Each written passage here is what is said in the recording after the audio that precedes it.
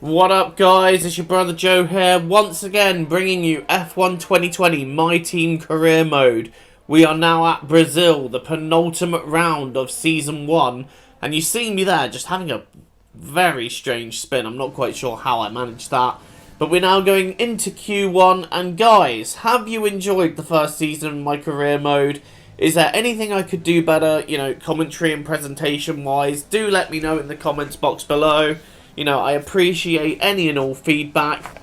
But if you have enjoyed it, thank you very much for joining me on this journey. And the first season has been a hell of a journey, I can tell you. We've had some very big highs.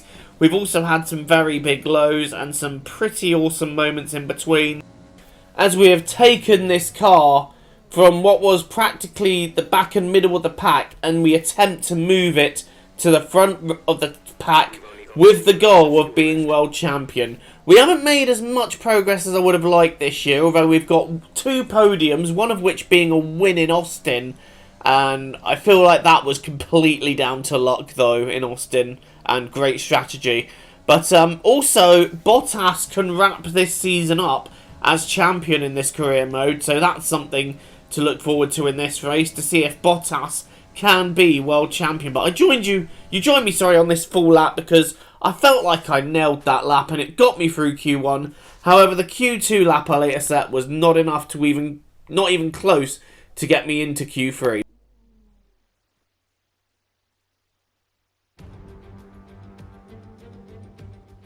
Formula One returns to Sao Paulo once again with the stage set for what promises to be another classic Brazilian Grand Prix.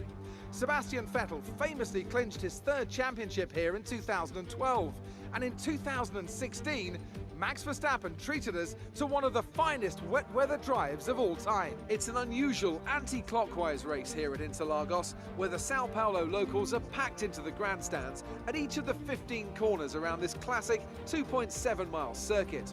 2 very fast sections bookend the famous and highly technical Sector 2, where getting a good run out of Junção into one of the 2 DRS zones will be the key to any overtaking prospects today. Joining me for the Grand Prix once again is Anthony Davidson. Why don't we start by talking about Carlos Sainz? There's a new gearbox in the back of that car, which means a grid penalty, and hopefully some excitement as they make their way through the field. Fingers crossed that's one failure they won't have to worry about today at least. There's not much of a silver lining to starting down the field with a penalty, but I think they'll be able to make some of that back up over the course of the race.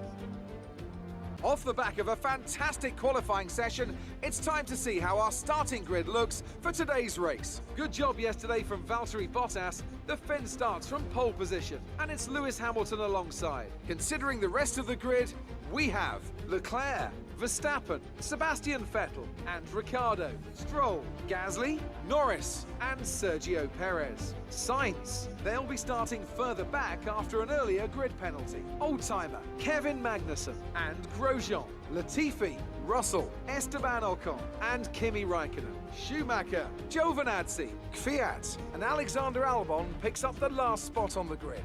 And with preparations almost complete, let's head down to the...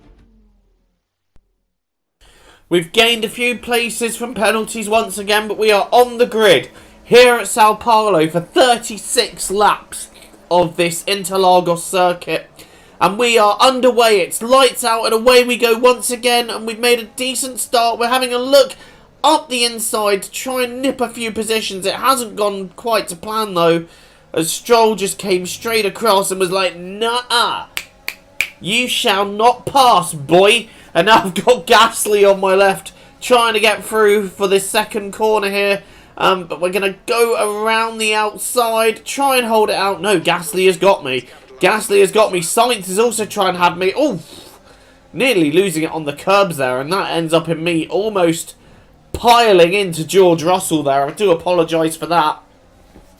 But our bigger concern right now is Pierre Gasly as we come up to Yung Chao. And we're going to take a dive up the inside. A little bit of wheel rubbing there. But we've made the move. No, we haven't. Gasly still there. Very tenaciously. But we have got him covered. Oof, that's not the circuit. What am I doing in this early stage? Bottas then leading the way so far. Doing everything he needs to win the championship. Meanwhile, we're doing everything we need to try and hang on to points because Carlos Sainz really having a look there, and in fact Gasly's past Sainz again, and now we're going to have to fend off the AlphaTauri driver, who is in no mood for any of our rubbish. We give him only the width of an F1 car down the inside, and he takes it. We go out very wide. Schumacher was trying to hold it out around the outside. That didn't work. Gasly has got through. Now we've got to try and cover the McLaren of Carlos Sainz, who is having none of our rubbish either. But in fact, we have him covered there, and we're going to try with all our might to not worry too much about Sainz and try and focus on keeping close to Gasly, which we have done. Sainz is still right there, but he's not really lunging for it. We have a little look up the inside of Gasly, just to remind him that we're there, you know, play a couple of mind games. Just be like, I am still here, you cannot forget about me, you cannot drop me, I'm not going anywhere. And we're now still at the end of lap 5 on the back of Gasly, and Sainz is even closer to me now. I think Sainz is going to have a look here. He's got a better run than he's had all race. Once again, we give him very little in the way of space, but he takes what we give him. He's gone through, but can I make the lunge back down the inside of the first corner of the Senna S? Yes, I can. Thank you very much. That is 11th place back, and I am pushing to try and keep up with Gasly for a World Championship point. There's a cluster of battling cars ahead of me there, but I can't catch them because I'm being held back a little bit by Gasly here. But as soon as we get to the straights, Gasly just seems to have infinitely more momentum. So we're just going to have to really keep pushing him in the hope that we can push either a mistake or push our way forwards that little bit more that'll put us straight into Gasly slipstream. And in fact, a few laps later, Gasly has decided to pit. So now we're going to try and do a bit of an overcut here while Gasly gets caught in the traffic, because I think he will get caught in a bit of traffic. So we got 3 laps to kind of push like hell and hope that we can get ahead of Gasly for that 1 championship point. And we now make our 1 and only pit stop of the race. We go from mediums straight onto the hard tyre, which should comfortably take us to the end. And in fact, it looks like we have got ahead of Gasly. The nearest cars to me actually are Grosjean and Raikkonen, so I think we've comfortably made it ahead.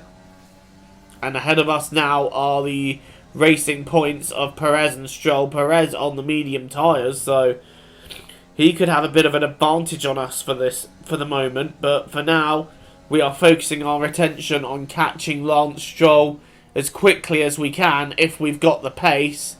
And we've already pulled away a bit from Grosjean and Raikkonen, and in fact we are gaining on Stroll bit by bit, and that track extension, which won't help my race overall, has probably helped me gain a couple of attempts, but I need to watch out for that track extension. I do not want to gain a penalty, especially with how close the pace seems to be. Right, we have in fact now caught Lance Stroll, and we are looking once again perhaps at a move into Yung Chao, which is got to be my favourite overtaking space of choice here. But Stroll has gotten a bit more momentum than me out of the corner leading up to it, so we're now going to try and slipstream, ERS him down the straight as well. We'll have DRS for good measure.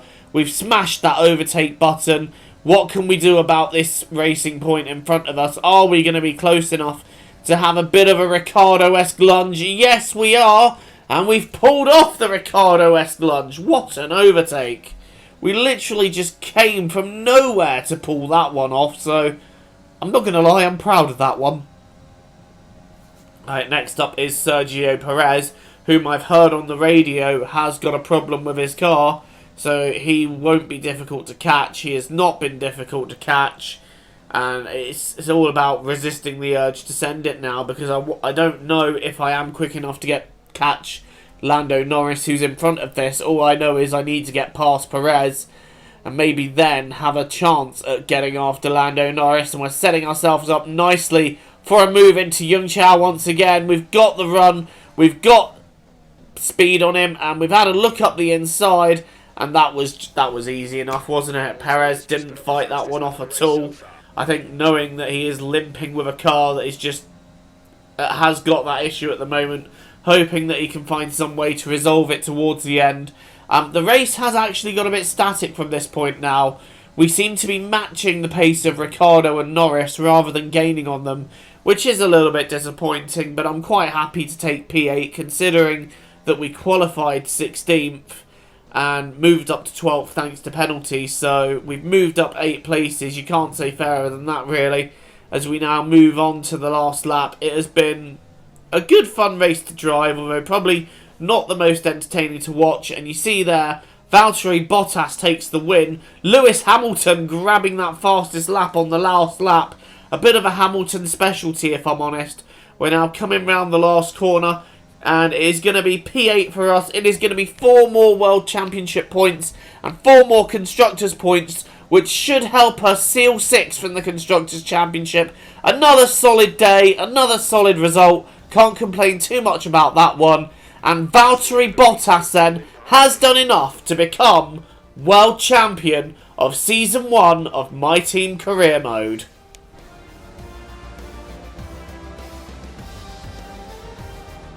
And so the celebrations begin, and well earned they are indeed.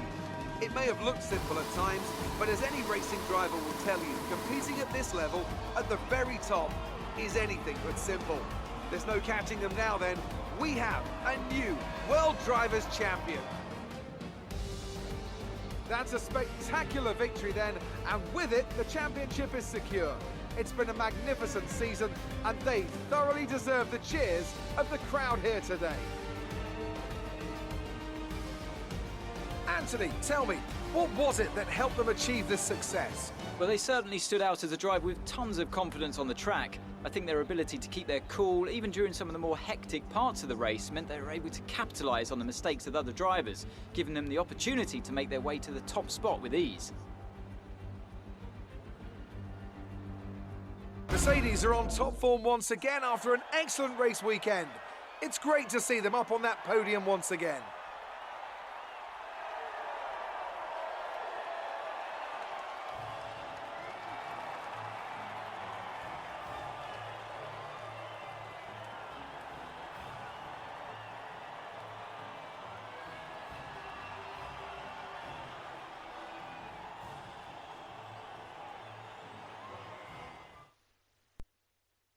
Well, that's it then. Our first champion in My Team Career Mode is crowned, and surprisingly it's not Lewis Hamilton, it is Valtteri Bottas.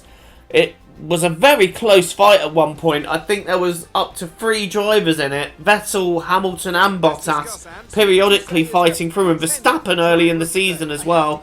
But eventually it goes to Bottas. But we've got P8 in this race, which is a good effort. We got 4 more championship points, which helps us nicely in the Drivers' Championship, because I believe we are now in 7th, and we look pretty safe there, providing Ricciardo doesn't do something major in Abu Dhabi, which I will be uploading later today for the final of Season 1. Until then, I've been Joe, thank you for watching, I'll leave you with the highlights reel, and I'll see you soon.